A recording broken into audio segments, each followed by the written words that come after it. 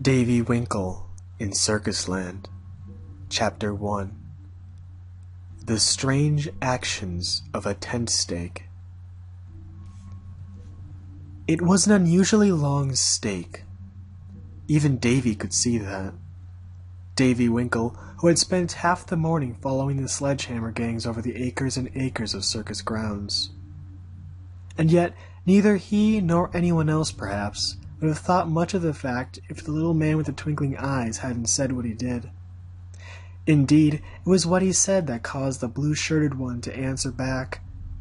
He who was the boss of the stake-driving crew, and who later ran so fast across the great field, and once he did that, why, that's not the beginning of this tale, even if it does come square on the heels of it. So suppose we go to the very start of the thing. It really began with Mr. Skeever making up his mind to build the pickle factory. True enough, as he himself afterward declared, had he thought 2 minutes longer, or if anyone had so much as up and hinted a reminder, he could, and would have postponed starting the work until after the most wonderful day had come and gone. But, however that may have been, it nevertheless turned out that on that day, when the man with the black mustache came to town, Skeever's field was simply a sight, simply an out-and-out sight. There were men and horses and scrapers swarming over it, and foundations already started. No end. In short, here was the circus man, come to arrange everything, only to find the ever-to-be-counted-on circus grounds to be knocked into a cocked hat, and, of all things, to make place for a new pickle factory. Now, just what the circus man said to Mr. Skeever when he learned how matters stood, or precisely what Mr. Skeever answered back, is not exactly known. The two talked together for some minutes in the corner of the Skeever store, and Tiggy Turner, who keeps the books at the high desk just back of the coffee grinder, said that, though he heard nothing, he could see that the circus man was frowning terribly black frowns, and that Mr. Skeever's knees were quaking like anything. Then, by and by, Tiggy said, the two went out, the circus man kind of miffled-like, and Mr. Skeever, so it looked to Twiggy, begging for forgiveness. Which it seems was exactly the way of it. "But, you see, I didn't think," was what Mr. Skeever was saying pleadingly. "And please, oh please, promise that you won't tell the children on me. I'll help you just in any way I can to find some other place to pitch the circus tents." Now, had the two been inside the store when Mr. Skeever said that, this tale might never have been told. Or at best, it would have taken a vastly different turn. But they were well out on the walk, and that it so happened, allowed Mr. Winkle, Davy Winkle's father, you know, to overhear what was being said. "How's that, Mr. Circus Man?" inquired Mr. Winkle, stepping up. "Looking for a place for the circus? Well now, what's the matter with a big pasture of mine? Not very far out. Street-car line all the way level as a floor." "The very spot," cried Mr. Skeever, pleased as punch at the interruption, "as you may well believe. Come, I'll drive you both out there this very minute." And so it came to pass that the most wonderful day dawned yet another time, in the town just over the hill. For that was what Davy's town was called. The red wagons rumbled onward, past it to Winkle's pasture. What a morning it had been, and, more especially, what a morning for Davy Winkle. How indeed could it have been anything else, with the green billowing tents of a sure-enough circus being hoisted into the sky, right smack at the rear of his own kitchen door? For the Winkle pastures stretched straight out from the Winkles' backyard. The elephants, and all else, once escorted from the train to the pasture, Davy had spent whole hours following the working men over the grounds. It was the stake-driving crews that he liked best of all, the good-natured squads of men who played such splendid tattoos on the tops of the tent stakes. He liked best to watch the men who were in charge of the one with the blue shirt. He liked them better than the rest, because their hammers beat the finest tune, and because they never missed. No, not even once. Then, too, this crew was the little man with the twinkling eyes. It was fun to see him swing his shining sledge, and funnier still to hear him sing. He had such a high, queer voice.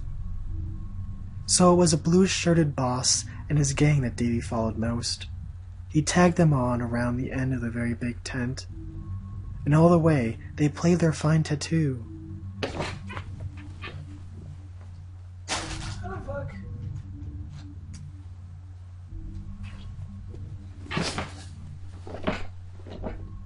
The boss would hold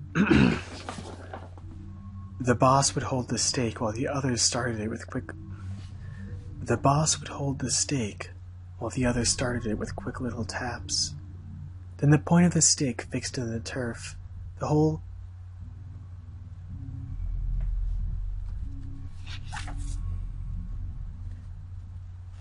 The boss would hold a stake while the others started it with quick little taps.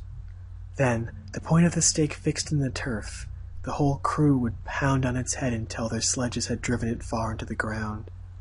And so on, time after time, over and over again, until they came to the unusually long stake that's told of in the first line of this tale.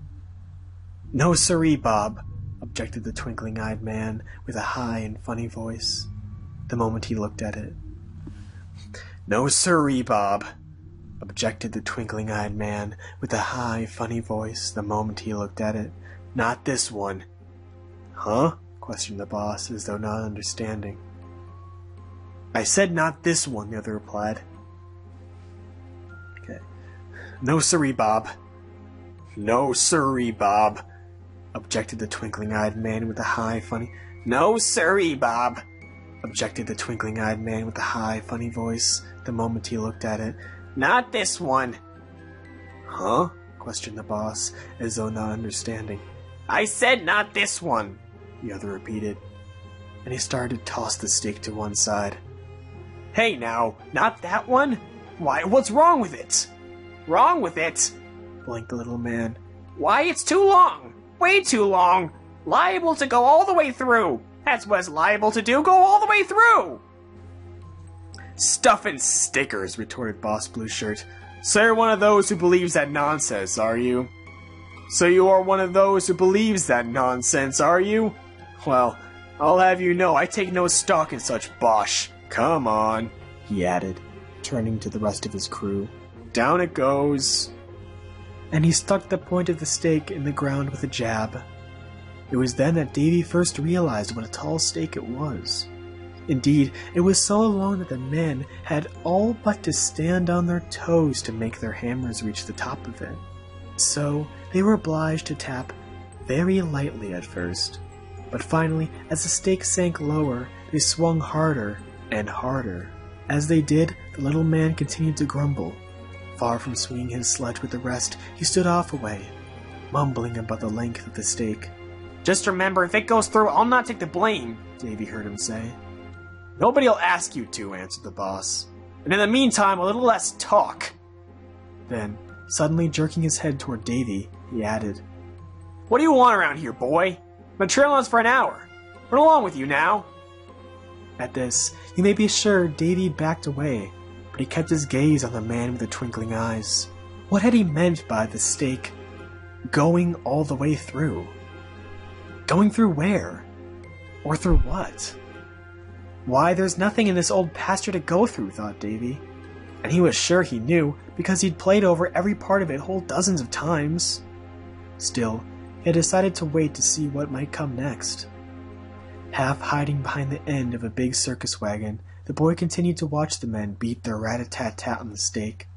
The ground was very hard in this particular spot, and, because it was hard, the crew put all their strength and weight behind their hammers.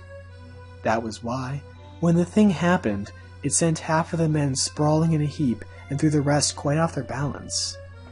And what happened was that in the midst of the flashes, where the hammers shone bright in the sun, the very bottom seemed to drop under the stake, and it shot out of sight like a stick in a bog, leaving not an inch of itself in its wake. "I told you! I told you!" screamed the twinkling-eyed man, as he danced first on his left foot, and then on the right. "Now you've done it! It's gone through, that's what it has, gone clean through the ceiling! And he whirled about to find the one who had scorned his advice. But the boss of the gang was already halfway across the pasture. At sight of his flight, the others ran too, leaving hammers and hats behind in their haste to be gone. And after them, hop, skipping and jumping as he went, followed the twinkling-eyed man, shouting to Boss Blueshirt in a high, crackling voice. Here was a strange turn of affairs.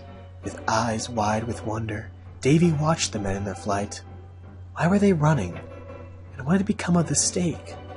Of course, it might have struck a soft place, and yet there was no swampy ground in this part of the field. Still wondering, the boy climbed to the hub of one of the wagon wheels. And just as he did, he spied something very bright and very yellow pushing up from the spot where the stake had disappeared in the clover. The thing gradually grew round in shape, and it kept getting bigger, and bigger, and bigger. "Why," Davy said aloud, "why, of course it is! It's a balloon!" Yes, there was no doubt about it, a balloon, and it was coming out of the hole that had been made by the stake. Soon, the yellow ball shook itself free and floated away through the sunshine. But now, another appeared, this time a pink one, and then a third, and a fourth, and a fifth. Fascinated by this odd little performance, Davy Winkle failed to catch sight of a strange little movement that now and then jiggled the wall of the great tent just across from him. Nor did he see the wall part, or have so much as a notion that anyone was beside him, until of a sudden he felt a soft tug at his toes. But at first touch he looked down from where he stood on the wheel, and there, peering up at him and motioning meaningly, was the funniest-faced monkey he had ever laid eyes upon.